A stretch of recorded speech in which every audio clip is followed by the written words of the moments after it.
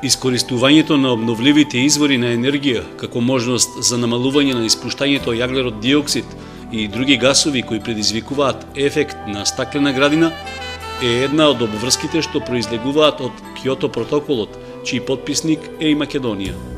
За обновливите ресурси од кои може да се добие поевтина и поеколошка енергија, кај нас се почесто почна да се зборува во последните десетина години. Искуствата во западноевропските земји пак се нешто од поодамна, а во Кочани ги пренесува и агенцијата Ангелус Енерджи, која започна да работи од неодамна.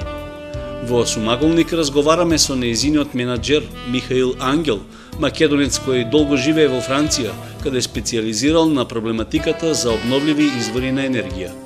Во емисијата тој открива како се случило француските искуства да ги донесе во Македонија и што планира да постигне овде. Ангел, која беше идејата да еден човек од странство дојде во Македонија да инвестира во нешто ново, што кај нас, барем на нашиот пазар, се уште е новина и непознаница за граѓаните? Идејата е многу лесна, затоа што обновите извори на енергија се сега веќе утек секаде, а гледам и у Македонија. Кога доваеше и на одмор, гледам дека почијаме да имаме централни фотоволтаични централи, ветерначи и си викам дека у Македонија има иднина за да имате обновени извори на енергија. Целта ми беше да дойдам тука прво како консултант, да објаснам моето знаење на македонците за сите извори на енергија што се обновливи. Еве. Она кое што е интересно е што вие сте на некој начин специјалист во оваа област и сакате веројатно искуството да го пренесете од Франција во Македонија. Да, точно така. Јас сум специјалист, веќе 20 години се бавам со сончеви панели, фотоволтаични, пумпи за грејење и веќе 3 години сум како експерт во Франција и сега од декември експерт за Европската унија. Моето знаење што го имам, не само да се земат некои си панели или топлински пумпи да се пренесат, да се увезат во Македонија и да се инсталират, него прво да се испита проблематиката на пазарот. Сите тие нови, не се нови, него сите тие нови фотоволтаични или топлински пумпи, има секакви модели, има модели што доваѓаат од Кина, има модели што доваѓаат од Германија, од Франција. А тие модели треба да се разберат на кој начин функционират, на кој начин работат. Не е само целта да се каже, еве, земавме топлинска пумпа, ја имам, а таа да не работи, да не биде ефикасна. Најпрво да научиме на кој начин треба да се монтират, на кој начин треба да се израчунат, да се каже која е јачина, кои се пумпи за нашиот пазар, кои не се.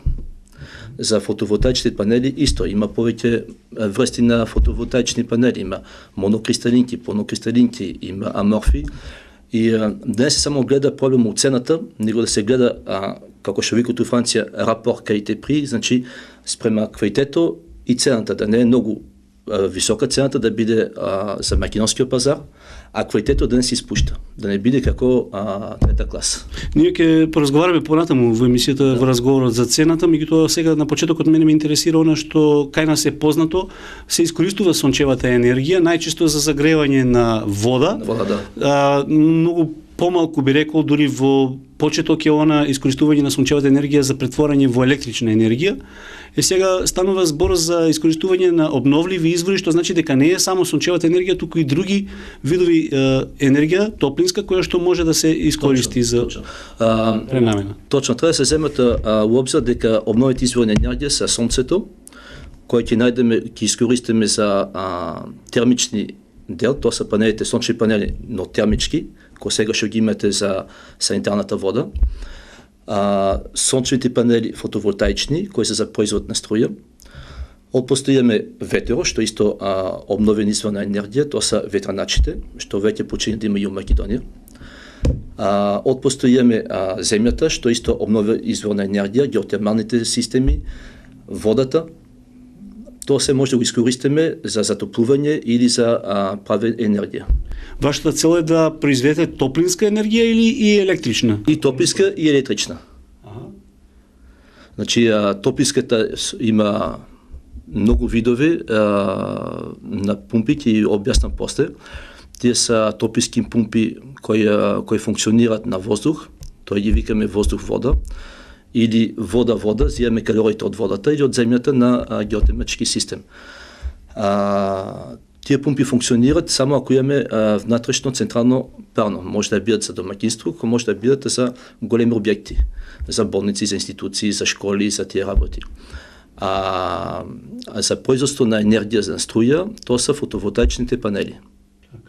Ваша идеја е да се намали употребата на фосилните горива, оние стандардни дрва, нафта, газ и да бидат заменети со обновливи извори. Точно. Дали само заштедата на финансиски средства беше основната идеја или пак можеби еколошки имаше мотив? Најпрво еколошки, економски исто, затоа што треба да се инвестира,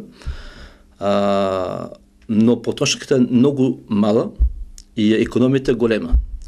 Значи, треба да се направи математика, сум тука да објаснам некои работи, да се направат колку кошта, колку може да се зашпара, да се гледа за на година и две, него се гледа да се реши проблем еднашка за толги години, проблемо на граењето, а во исто време да биде и еколошко.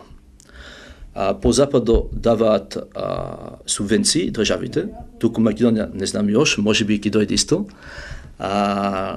Битното е, како и да има протокол на Киото, може да сте чуле, што сите земји кои се напредни, они учествуват, а другите што се одзели треба да им помогнат и они исто да учествуват за целиот CO2 што е загадал воздухот и фосилната енергија постепено да се отврлува.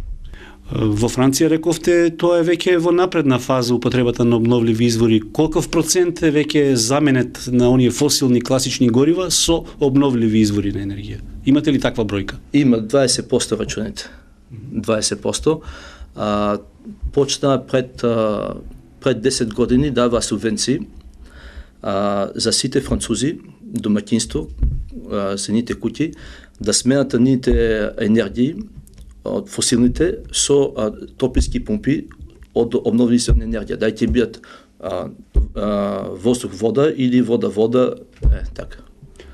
Каде е Македонија на овој дел? Располага ли со доволно ресурси да се искористат обновливите извори, сонце, ветер, па и топлинска геотермална енергија? Каква е вашата проценка? Топлинска геотермална енергија, особено тука у Кочарскиот дел, знам дека имаме ресурси и многу.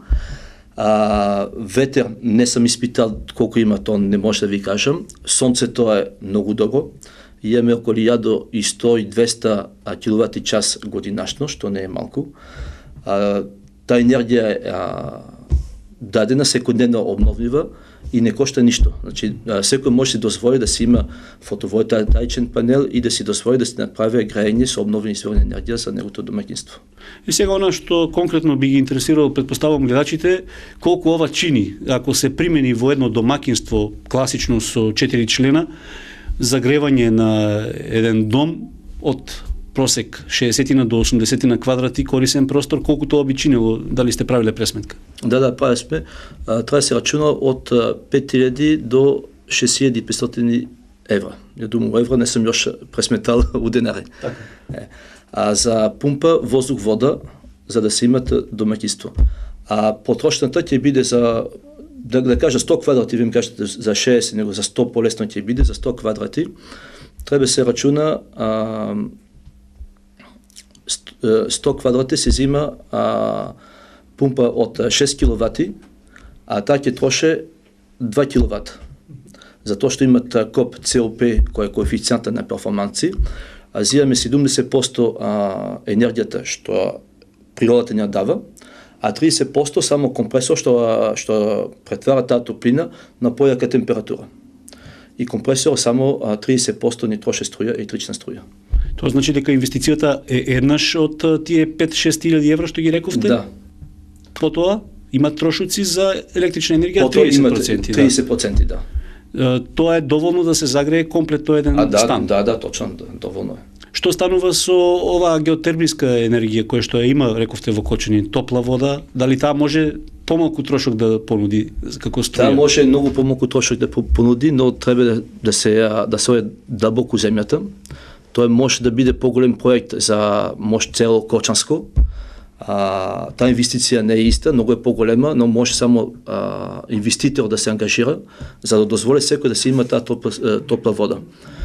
И таа топла вода е доволно за цел Кочанско околие, сите да се имат дома, па дали ти би наплатена од која цена, тоа још не знам на кој начин може да се искористи. Еден проект, можеби не сте запознати, во Кочани има локалната самоуправа размислува за искористување на биомасата како можност за еден од изворите за загревање на оваа вода и потоа да се претвора во топлинска па и електрична енергија. Сметате ли дека и биомасата може да биде еден од ваквите обновливи ресурси?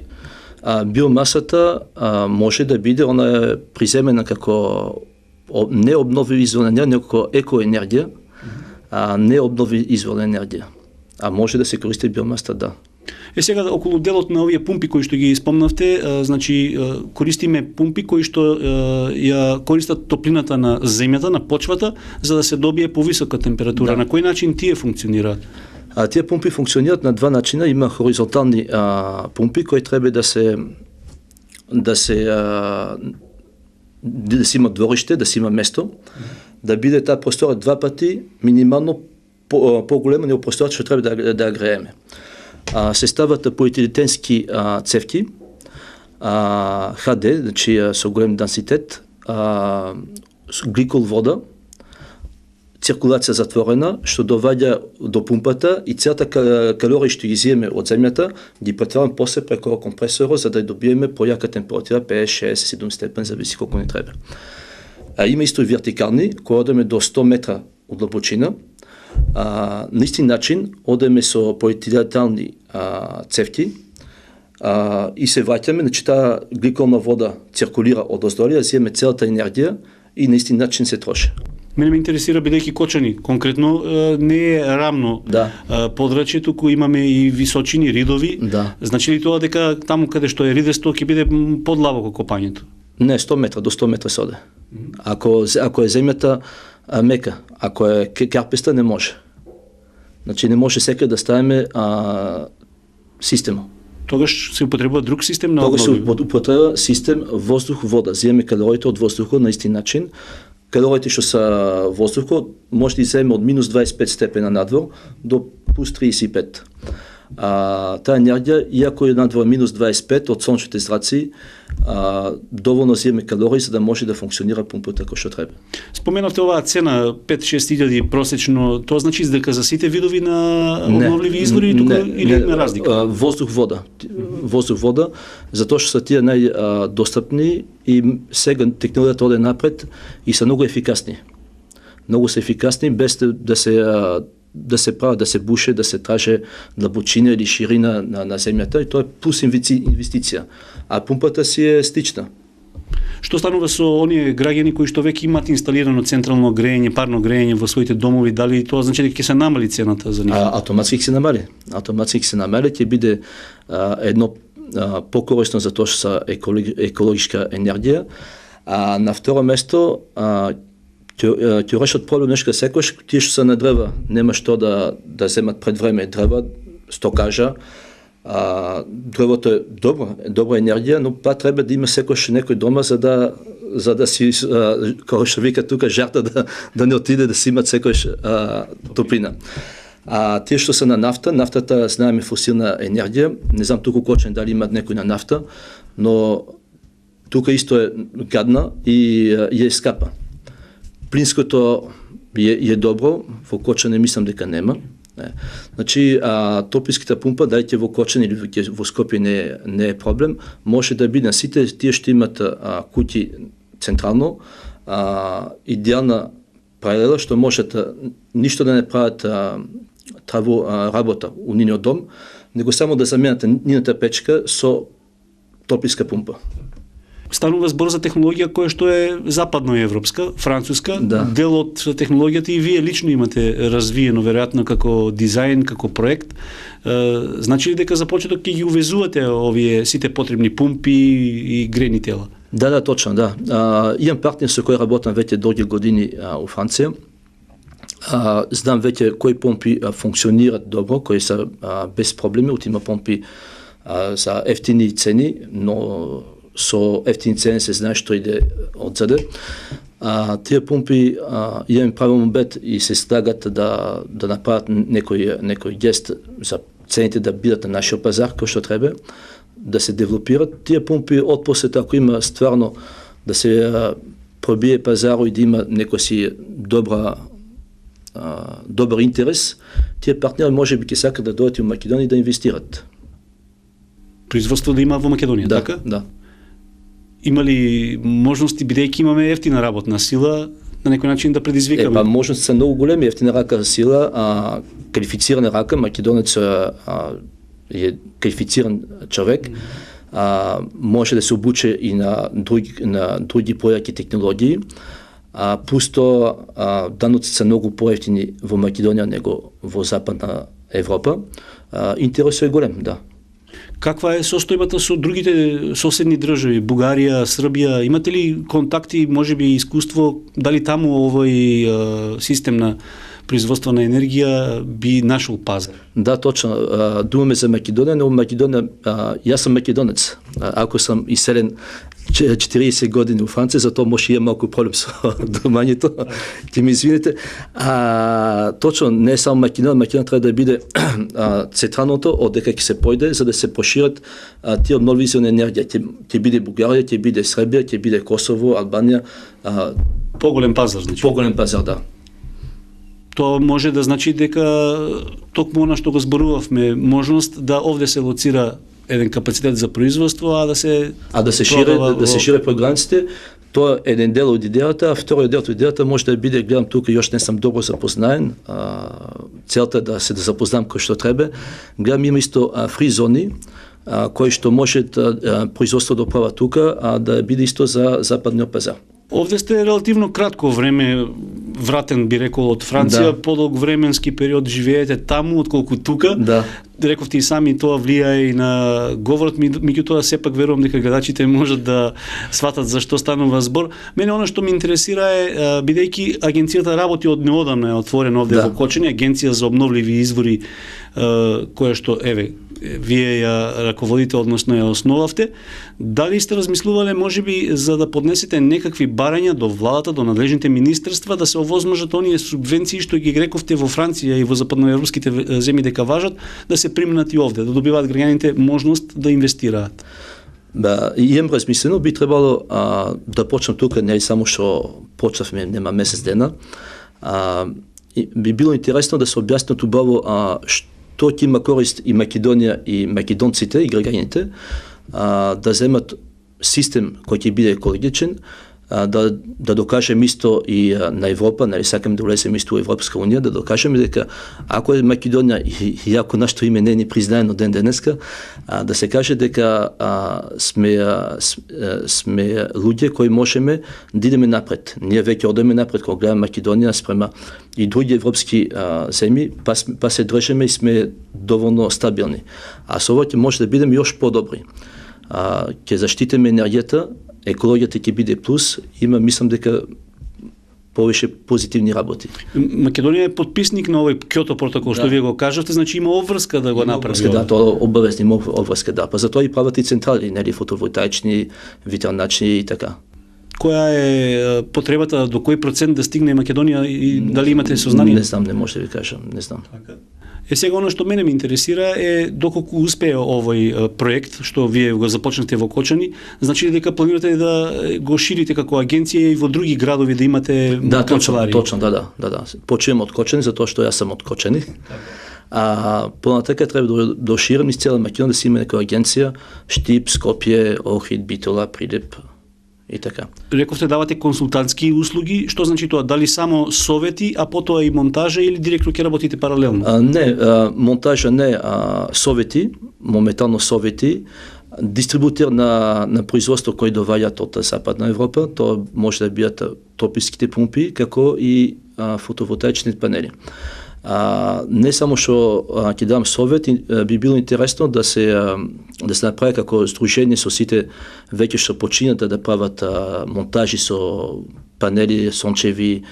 Има некој бев на сајмо исто во Скопје за градежинство и таму веќе починат да стават тописки пумпи да ги изложуват. Но има некои интересни пумпи што доаѓаат од западо, а има некои пумпи што доаѓаат од Кина и што не треба да и продолжиме да бидат на нашиот пазар, затоа што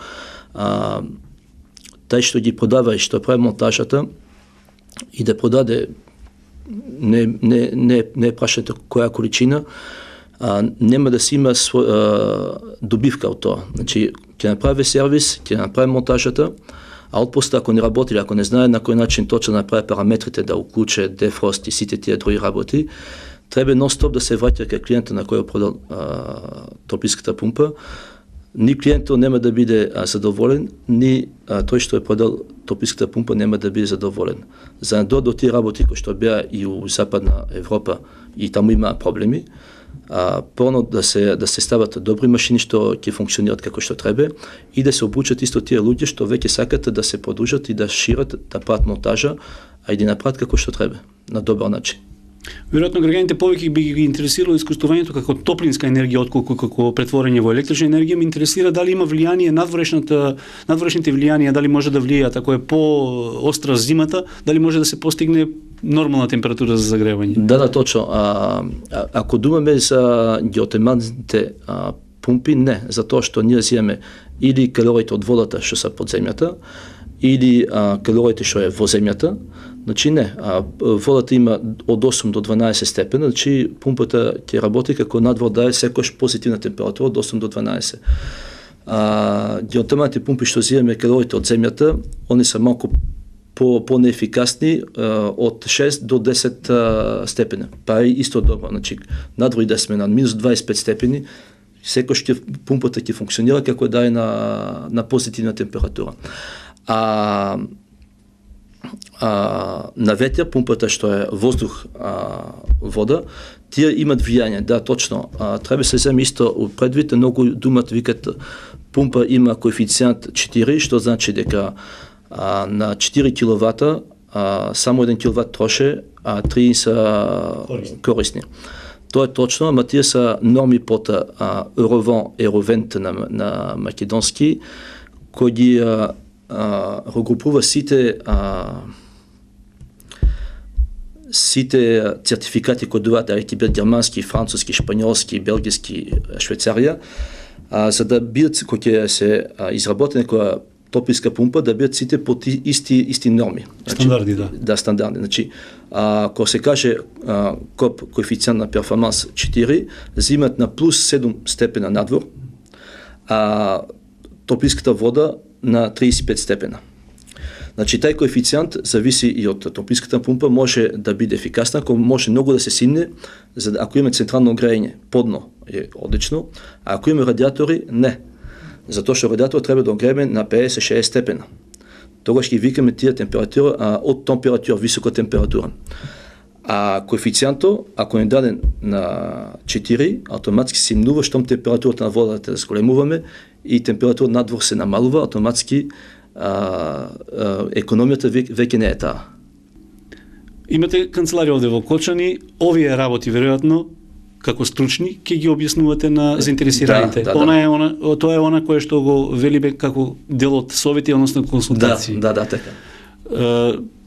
Почнувате во Кочани, рековте, центарот овде ќе биде, ќе се ширите во Македонија. Да. Дали има можност за соработка и со други држави, можеби овде од регионот, да ако има слични вакви агенции, да воспоставите една мрежа за да пазарот овде во југоисточна Европа, Балканот, на некој начин се вклучи заеднички и да се добиваат некои средства од Европската унија како помош, можеби бидејќи претпоставувам дека има фондови во Европската унија кои што ги нудат за развој на оваа енергија. Точно, тоа е многу добра таа идеја, треба да се постигне, се зависи колку ќе постигнеме. Имам контакти и у Бугарија и во Србија, ќе видим натре и во Црна Гора, ќе видим натре како ќе се шире тие идеите.